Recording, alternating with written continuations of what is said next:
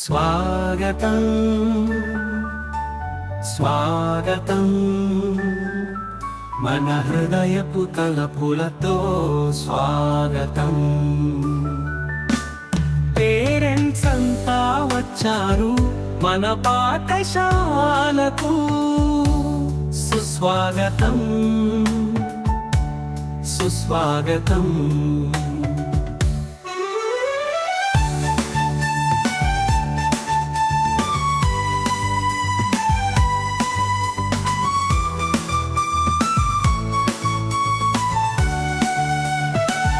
మీ సహకారమే పాఠశాల ప్రగతికి మూలం.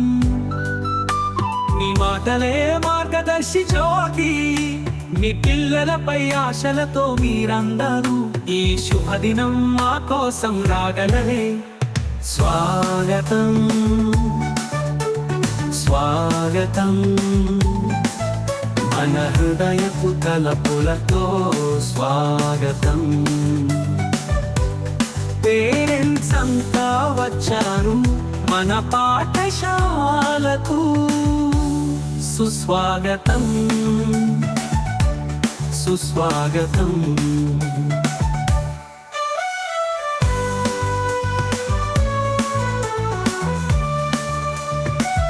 మీ పిల్లలతో కలిసి మేము నడుస్తాం. విద్యారంగంలో ముందుకు సాగుదాం. మీ ఆశీర్వాదాలే మా బలమైన శక్తి. పాఠశాల యశస్సు మీ చేతుల్లోని దీపం.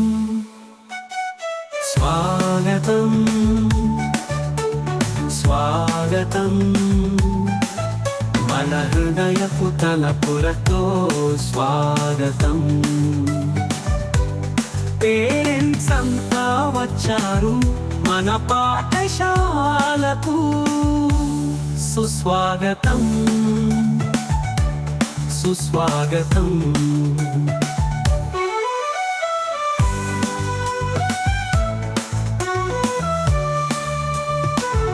మీ ప్రేమతో పిల్లలు కొత్త ఊపుతో అడుగులు వేస్తారు విజయం వైపుకు. మీ మాటలే మా విద్యా మార్గదర్శి. మీ మద్దతే మా విజయ లక్ష్యం. స్వాగతం స్వాగతం మన హృదయపు తలపులతో స్వాగతం. పేరెంట్స్ అంతా వచ్చారు మన పాఠశాలకు.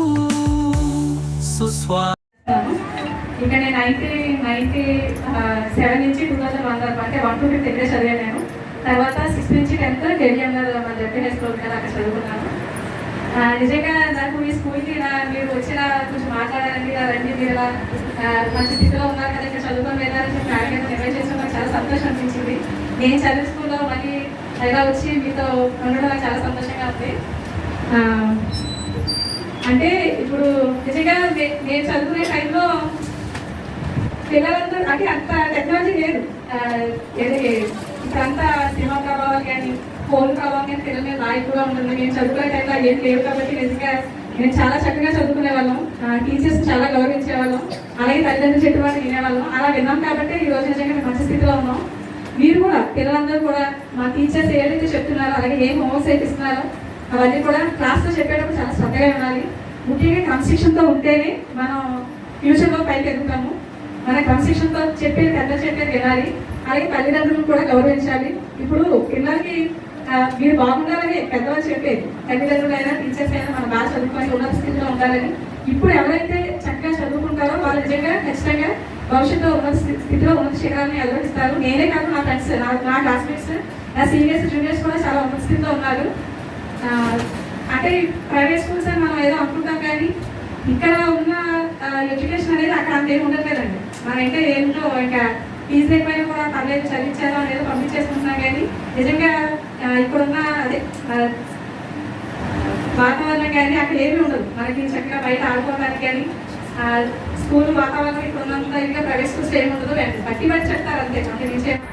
మన ఆంధ్రప్రదేశ్ ప్రభుత్వం విద్యాశాఖలో చాలా కీలకమైనటువంటి మార్పులు తీసుకువస్తుంది. దీనిలో భాగంగానే ఎన్నో ఇన్నోవేటివ్ కార్యక్రమాలన్నీ కూడా మేము చేస్తున్నాం. ఈరోజు ప్రపంచం అంతా కూడా ఆంధ్రప్రదేశ్ను చూసేటటువంటి స్థాయికి మన విద్యాశాఖ ఎదిగింది. ఎందుకంటే మన స్కూల్స్లో ఉండేటటువంటి ప్రత్యేకతలు చాలా ఉన్నాయి. ఇప్పటివరకు టీచర్స్ అందరూ కూడా చెప్పారు. మరి మంచి మంచి సదుపాయాలు మన స్కూల్స్లో ఉంటున్నాయి. మీరందరికీ మంచి యూనిఫామ్ ఇచ్చాం, మంచి బ్యాగ్స్ ఇచ్చాం, షూస్ ఇచ్చాం, నోట్బుక్స్ ఇచ్చాం, టెక్స్ట్ బుక్స్ ఇచ్చాం, బెడ్స్ అన్నీ కూడా ఇస్తున్నాం. ఇవన్నీ ఎందుకు ఇస్తున్నామంటే మీరందరూ కూడా బాగా చదవాలి, బాగా ఎదగాలి. మన స్కూల్స్లో కూడా మంచి భోజనం పెడుతున్నాం. మీ అందరికీ కూడా వారానికి 5 రోజులు గుడ్లు ఇస్తున్నాం. ఇస్తున్నారా? Very good. అందరికీ కూడా ఎగ్స్ ఇస్తున్నాం, మార్నింగ్ రాగి మాల్ట్ ఇస్తున్నాం, పోషక విలువలతో కూడినటువంటి ఆహారాన్ని అందజేస్తున్నాం. ఎందుకు అందజేస్తున్నాం అంటే మీరందరూ కూడా ఆరోగ్యవంతులుగా ఉండాలి. ఎప్పుడైతే శారీరకంగా మీరు బలవంతులుగా ఉంటారో ఆటోమేటిక్గా చదువు మీద కూడా మీకు శ్రద్ధ వస్తుంది. కాబట్టి అందరూ కూడా బాగా చదువుకోవాలి. అయితే మనకు చాలా లైవ్ ఎగ్జాంపుల్స్ ఉన్నాయి. ఈ స్కూల్లో చదువుకున్నటువంటి పాత స్టూడెంట్ ఈరోజు మరి మంచి ఉన్నతమైనటువంటి ఉద్యోగంలో ఉన్నారు.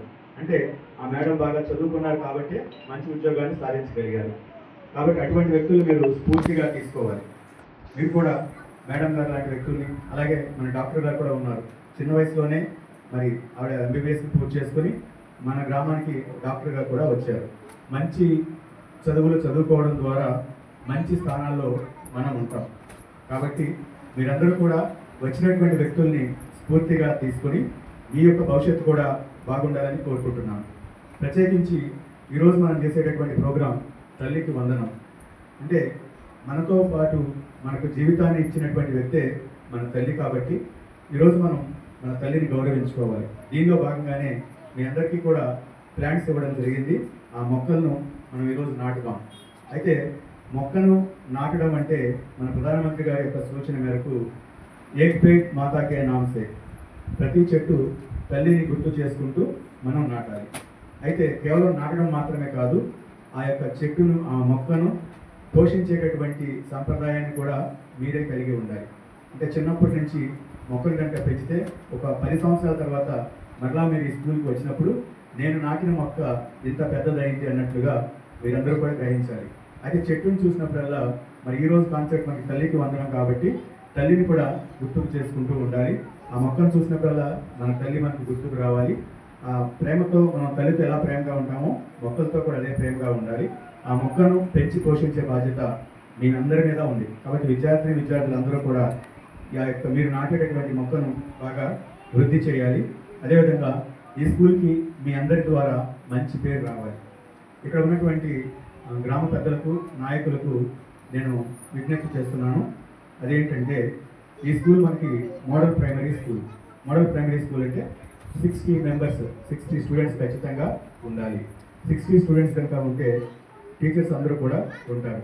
ఒకవేళ 60 మెంబర్స్ కంటే తక్కువ ఉంటే భవిష్యత్తులో ఈ స్కూల్ని మరలా వేరొక ప్లాట్ఫామ్కి తరలించాల్సి వస్తుంది. సో అటువంటి పరిస్థితి రాకుండా ఉండాలి అంటే తల్లిదండ్రులుగా ఉన్నటువంటి మీరు, పెద్దలైనటువంటి మీరందరూ కూడా ఈచ్ వన్ క్యాచ్ వన్, ప్రతి ఒక్కరూ కూడా ఒక్కొక్క కొత్త విద్యార్థిని నెక్స్ట్ అకాడమిక్ కల్లా జాయిన్ చేసినట్లయితే మీ అందరికీ నేను ఒక సహాయం చేస్తాను. అదేంటంటే ఈ స్కూల్ని ఇంకా డెవలప్ చేస్తూ పైన ఇంకొక బిల్డింగ్ కూడా నేను ప్రభుత్వం వారి యొక్క అనుమతితోటి మరలా ఒక మంచి బిల్డింగ్ ఇక్కడ నిర్మిస్తానని మీ అందరి సమక్షంలో తెలియజేస్తున్నాను. కాబట్టి మీరందరూ కూడా మన స్కూల్ డెవలప్ అవ్వాలి, మన ఊరు డెవలప్ అవ్వాలి అనేటటువంటి ఒక మంచి సంకల్పంతో మీరందరూ కూడా విద్యార్థులను చేర్చండి. ఎందుకంటే ఇందాక మేడం గారు కూడా చెప్పారు, ప్రభుత్వ స్కూళ్ళలో ఉన్నటువంటి ఫెసిలిటీస్ మరి ఎక్కడా కూడా ఉండవు. ఎందుకంటే మంచి ఆహ్లాదకరమైనటువంటి వాతావరణం ప్రభుత్వ స్కూళ్ళలో కనిపిస్తుంది. మీ అందరికీ కూడా డిజిటల్ విద్యా విధానం ద్వారా టీచింగ్ అనేటటువంటి జరుగుతాయి. మీరు హైయర్ క్లాసెస్కి వెళ్ళిన తర్వాత IFPs, ఇంటరాక్టివ్ ఫ్లాగ్ ప్యానల్స్ అనేటటువంటి వాటిని ఉపయోగించి మీకు విద్యాబోధన చేస్తారు. అదేవిధంగా స్మార్ట్ టీవీస్ ద్వారా మీ అందరికీ కూడా విద్యాబోధన అనేటటువంటిది జరుగుతుంది. కాబట్టి విద్యార్థులు మీరు కూడా మీ సిబ్లింగ్స్ అంటే మీ తమ్ముళ్ళు, మీ చెల్లెలు కనుక ఉంటే వారిని కూడా మన స్కూల్లోనే జాయిన్ చేయాలి. ప్రైవేట్ స్కూల్స్లోకి వెళ్తే అక్కడ ఫీజులు ఇతర సమస్యలు ఉంటాయి. కాబట్టి మన ప్రభుత్వ స్కూళ్ళన్నీ కూడా బలోపేతం కావాలి అంటే ప్రభుత్వ స్కూళ్ళలో విద్యార్థుల యొక్క సంఖ్య పెరగాలి. కాబట్టి సంఖ్య పెరగడానికి మనందరం కూడా కృషి చేయాలి. అధికారులుగా మేము ఎన్రోల్మెంట్ డ్రైవ్లు చేస్తున్నాం. మ్యాక్సిమం స్కూల్స్లో పిల్లల్ని జాయిన్ చేయడానికి మా వంతు ప్రయత్నాలు మేము చేస్తున్నాం, టీచర్స్ చేస్తున్నారు, గ్రామ పెద్దలు తల్లిదండ్రులు కూడా దీన్ని ఒక స్ఫూర్తిగా తీసుకొని మన ఊర్లో మనకు ఒక బిల్డింగ్ రావాలి అంటే ఏం చేయాలి? పేరెంట్స్ చెప్పాలి, స్టూడెంట్స్ని జాయిన్ చేయాలి. నెక్స్ట్ అకాడమిక్ కల్లా ఎక్కువ మందిని జాయిన్ చేయండి, మీకు బిల్డింగ్ కట్టించే బాధ్యత నాది. ఓకేనా? కాబట్టి పేరెంట్స్ అందరూ కూడా ఈ స్కూల్ని ఈ ఊరిని డెవలప్ చేయడానికి మీ వంతు సహాయ మరి ఈ మెగా పేరెంట్స్ డే సందర్భంగా వివిధ కార్యక్రమాలు మన పాఠశాలలో జరుగుతున్నాయి, బాగా జరుగుతున్నాయి. మరి ఈ పాఠశాలకి మంచి వనరులు ఆల్రెడీ ఉన్నాయి, చాలా వరకు ఉన్నాయి. పైన మన నాడు నేడు పేరుతోటి ఈ బిల్డింగ్ కట్టడం జరిగింది, కేసు కూడా వేయడం జరిగింది. అలాగే పిల్లలకి పుస్తకాలు, బుక్స్, తర్వాత యూనిఫాము, టైట్, షూ, బెల్ట్ ఇవన్నీ ఇవ్వడం జరిగింది. షూస్ కూడా ఇవ్వడం జరిగింది. మధ్యాహ్నం పోషకాహారం కింద పోషకాహారం రోజుకి మెనూ పెట్టడం జరుగుతుంది. అంతేకాకుండా మరి ఎగ్గు చిక్కీ కూడా ఎగ్స్ వేస్తున్నారు, చిక్కీలు కూడా ఇస్తున్నారు. రాగి జావా వారానికి 3 రోజులు ఇవ్వడం జరుగుతుంది. మరి రాగి జావా ఎగ్స్ ఇవ్వడం వల్ల మనకి ఇదివరకు మేమైతే కొద్దిగా అసెంబ్లీ పెడితే ఒక 5 నిమిషాలకి పడిపోయేవాళ్ళం. ఇప్పుడు కొంచెం అది తగ్గింది, రక్తహీనత తగ్గింది. ఈ ఎగ్గు చిక్కీ అలాగే రాగి జావా ఇవ్వడం వల్ల కొంచెం మనలో ఆరోగ్యం అనేటువంటి పెంపొందించబడుతుంది. మరి ఇలాంటి సదుపాయాలన్నీ ఉన్నటువంటి ఈ పాఠశాలకి మీ అందరూ తల్లిదండ్రులు అందరూ తప్పనిసరిగా తమ పిల్లలు కూడా మన పాఠశాలకు వచ్చేలా చేసి మన పాఠశాలను బలోపేతం చేస్తారని కోరుకుంటున్నాను. మీరే కాకుండా మీ ప్రక్కన ఉన్నటువంటి మిగిలిన వాళ్ళు కూడా మీరు నచ్చ చెప్పి మన పాఠశాలలో చాలా బాగుంది, అన్ని సదుపాయాలు ఉన్నాయి, టీచర్స్ బాగా చెప్తున్నారు అని చక్కగా చెప్పండి. మరి ఇప్పుడు మనకి 60 కన్నా తక్కువగా ఉండడం వల్ల 40 దాటి 60 కన్నా తక్కువగా ఉండడం వల్ల మనకి 1+3 టీచర్స్ ఉన్నారు.